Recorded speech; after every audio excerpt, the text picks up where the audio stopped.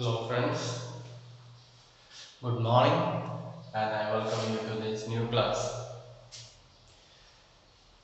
So long we were studying about geography and today we shall have a change of topic. We shall discuss about another topic, that is our civics. So we will study from the textbook called Political Life and we will take lesson number 5. And it is all about judiciary. I'm quite sure you know what is judiciary.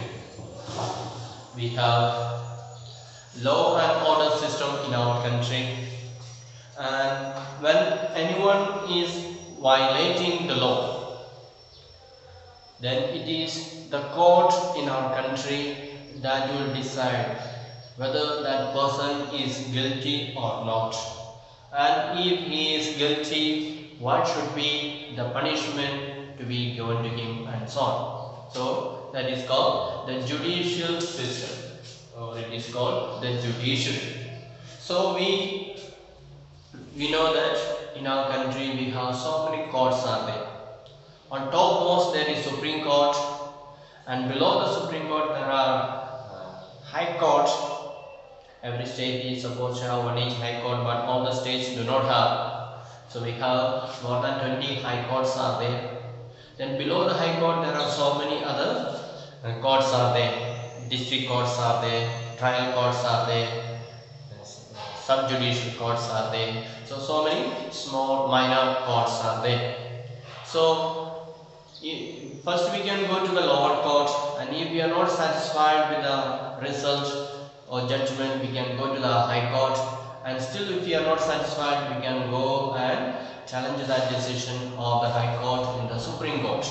And once the Supreme Court gives the verdict, then there is no more going ahead, there is no more higher court in our country.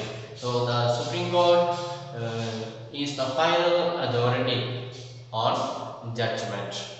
So all these things we shall see in this chapter, and how this judicial system is functioning in our country, or how are they helping the citizens of the country, how can we claim for our rights, and so on. That's what we are going to see. So take your textbook, page lesson number, chapter number 5 and page 54.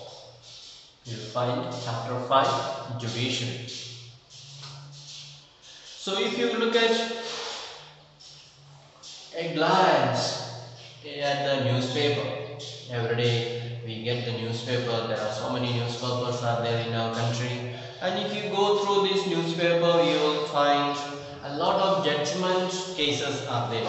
So also the corrupt minister is convicted, or corrupt official is convicted, or the murderer is punished, and so on. So there are so many cases are there relating to the judgment. If you take the newspaper and read, you will find all this.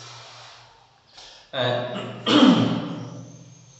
the second unit of this textbook itself, we have studied about the rule of law. We said about the parliament, and one of the duties of the parliament is to make law for the country, and it is the duty of this judiciary to judge the people according to the law of the country.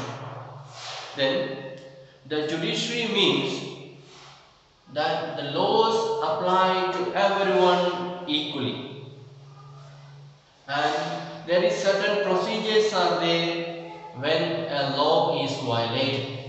So suppose somebody is accused that this fellow has violated the rights of others or violated the law. So we cannot simply take him and put him in the jail, say you have violated. So there is certain procedures are there. So we have to file a case against him in the police station, and police will interrogate him, collect a lot of evidences, and police will present him in the court, and the court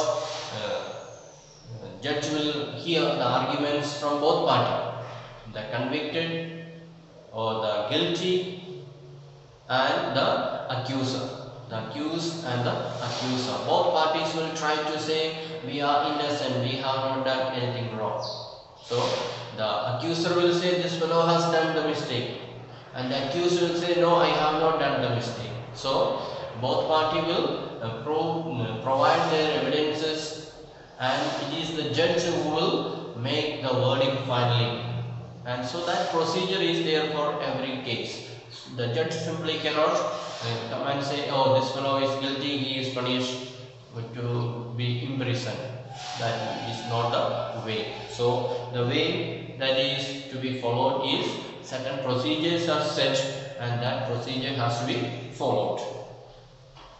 So we have this judicial system, and that consists of a mechanism of courts that the citizens can approach when the law is violated. So if the minister may not give you justice, the police may not give you justice, the government may not give you justice, but the court is supposed to give you justice. If your law is violated, or if your rights are violated, then you can straight away go and file a case in the court. So that is possible. You can approach the court. And as a organ of the state, we said we have three organs of the state. I hope you remember what we studied earlier. Three organs of the state. What is it? What are the three organs of the state? The legislature, then the judiciary, what else? The executive. The executive comes first. The executive.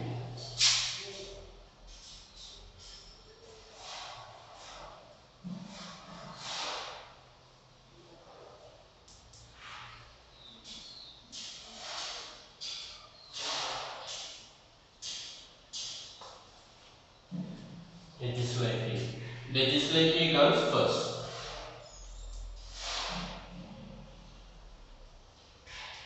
So these are the three organs of the state. Legislative, their duty is to make the law. That is in the parliament. The MPs, the MLAs, they discuss a law in the parliament and pass it, then it becomes a law of the country. So it is their duty to make the law, the executive, the legislative. Then executive's duty is to implement that law, make it aware to the people, bring awareness to the people, and make the people to follow it. So all the government machineries, the government officials, they are all part of this executive. And judiciary is that we are dealing with. So once the person is found out to be guilty, then it is a duty of the judiciary to give the punishment to the guilty, or punish the guilty. So this judiciary plays a very crucial role in the functioning of India's democracy. We know that India is a democratic country, and we have a government that is elected by the people. So every 5 years we have election and we vote, and if we are not happy with one government, we can change the MLAs or MPs, then we will have a new government. So all that is the speciality of India's democratic form of government. And so in this democratic form of government, one of the specialities of India is that it has got an independent judiciary. So judiciary is independent. It is not controlled by the government. It is not controlled by the government. If government starts controlling the judiciary, then it is no more independent. The judgments of the judiciary will be partial. So it is clearly mentioned in the Indian Constitution that the judiciary will be completely independent, so that without taking any side, without showing any partiality, they will be able to deliver justice to the citizens of India. So if we say our democracy is a very good one, if it is functioning properly, then judiciary has got a very important role in it.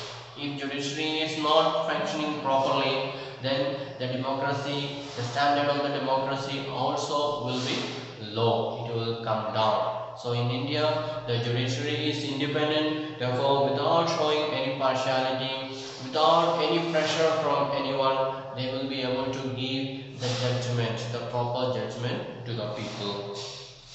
And what does this independent judiciary mean? We said independent judiciary is independent. Why? Or what is the meaning of that?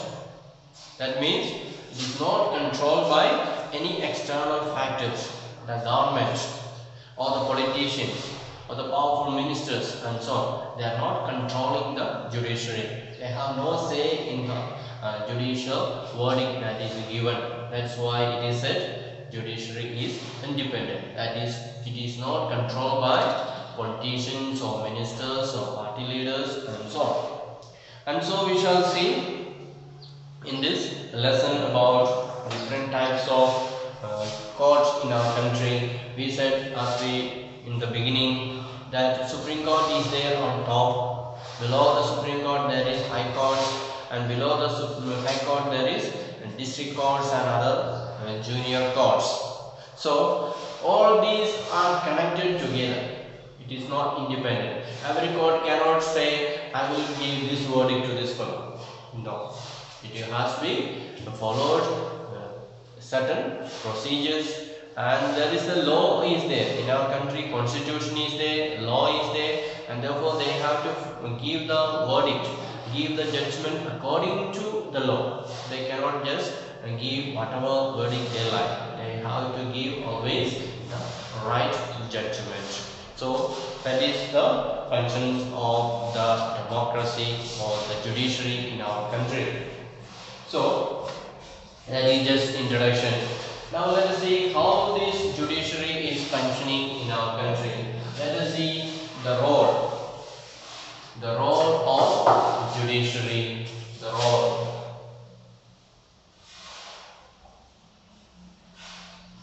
What is the role? We said in a democracy like ours, the role of judiciary is very important. Let's see what is their role. What role are they playing? Let us see that. So the role of judiciary. So courts can take decisions on a very large number of issues.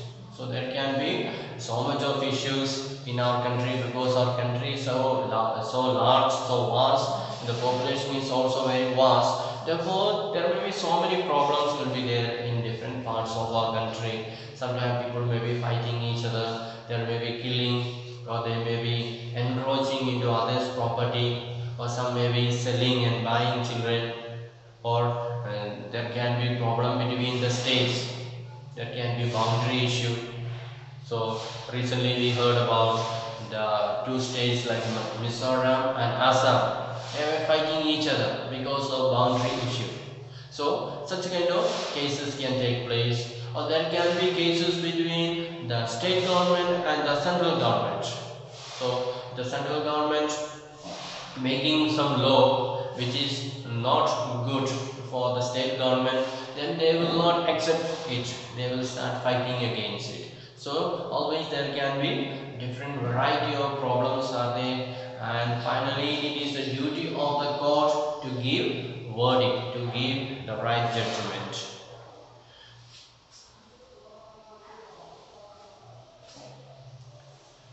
So let's see some of the items that the court can take decision.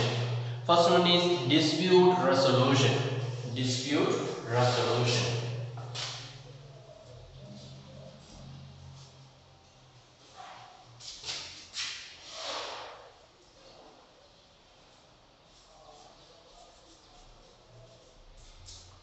Dispute resolution. What is this dispute resolution? Let's see.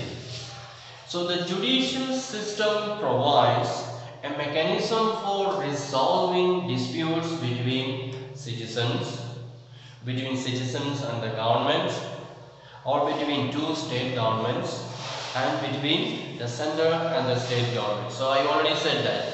So there can be different type of cases in our country. It can be between two people, or it can be people and the government, or it can be between two state governments, or it can be state government against the central government.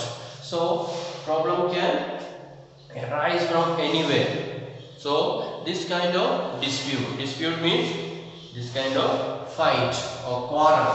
So it is a duty of the judiciary to set at rest between the cases both the parties and give a correct verdict which will be satisfying to the both parties.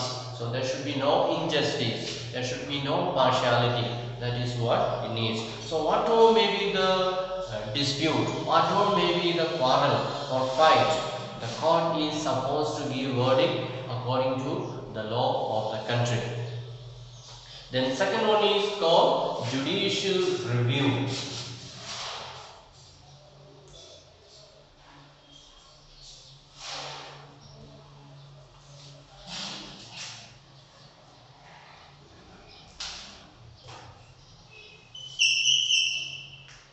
Judicial review.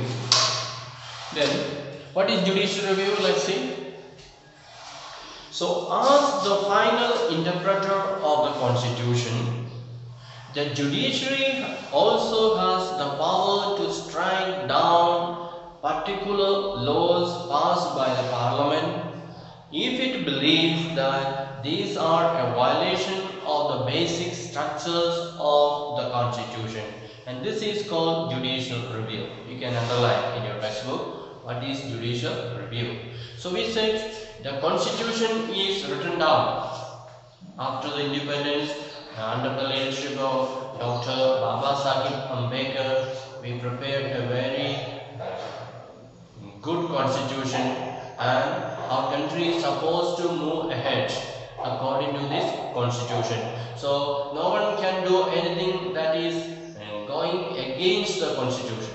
Everything is written down, mentioned in the constitution, and no one is allowed to go against the constitution. And sometimes what is written in the constitution is not very clear for us, because it was written long ago and under that situation, circumstances. So if we have any doubt about what is the meaning of what is written in the constitution, then it is the duty of the court to explain that. The court will give the explanation. The meaning of this statement or sentence is this. So it is the duty of the court to explain the meaning of what is written in the constitution. So as we said, it is the duty of the parliament to make law. The parliament, they make the law, and it is called the legislative. The legislative. So it is their duty to make the law. So it is possible that when a government has got a majority, most of the members, more than half of the members belonging to the same party, and they form the government, and so it is possible that they can make any kind of law. Because the opposition is very few in number, they cannot object. Because voting is a majority of voting means the law will be passed.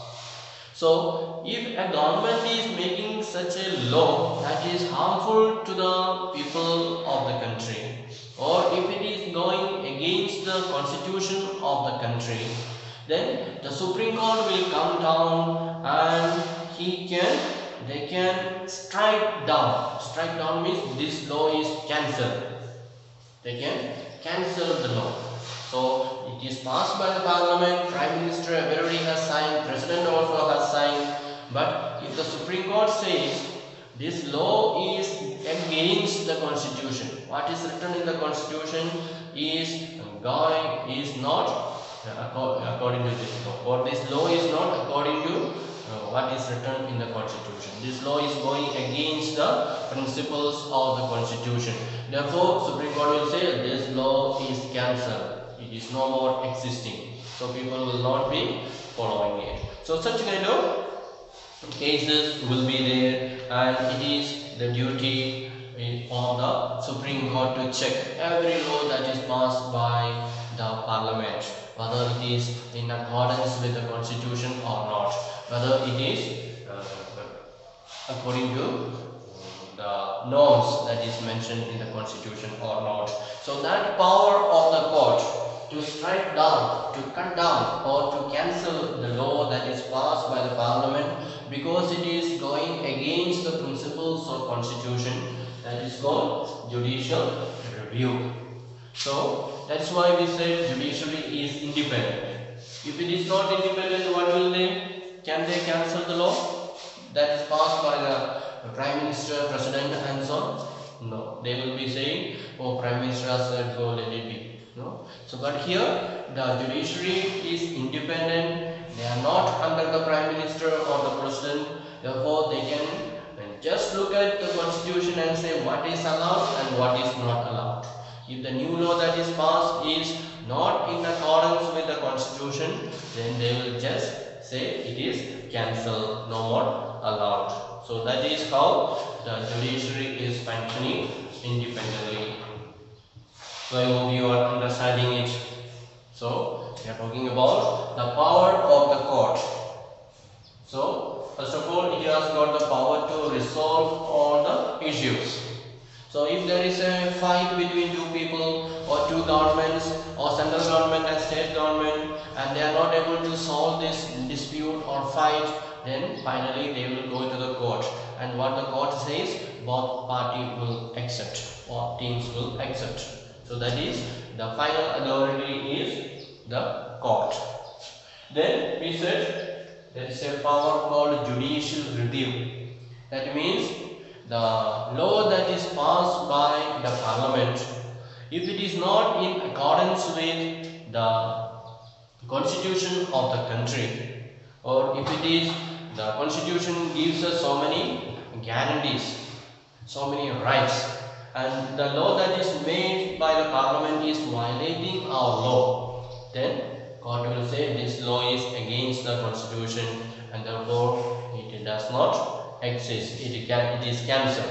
So the court has got that power. So that is about the just introduction and about the powers of the court. So we shall wind up for today, and in the next class we shall study again about how does the court protect the fundamental rights of its citizens. So we know we have 6 fundamental rights are there, and as per that fundamental rights we are free to live in our country, work in our country, practice our religion, get education, get job. So we have so many fundamental rights are there, but sometimes these fundamental rights are violated. For example, when a person is murdered, his right to life is no more. So court will come into action. Or if somebody is trying to block you from working and earning money, then your fundamental right is violated. Or the government, the constitution says you are free to believe whatever religion you want, you are free to preach your religion, free to practice your religion. But if somebody comes and says you are not allowed to practice your religion here, then your fundamental rights are violated. So it is the court that will come into action and to restore your rights, protect your rights, and make you to live a free citizen in our country. So we shall see all this in the next class. So thank you for listening. Have a nice day. We'll see you again in the next class.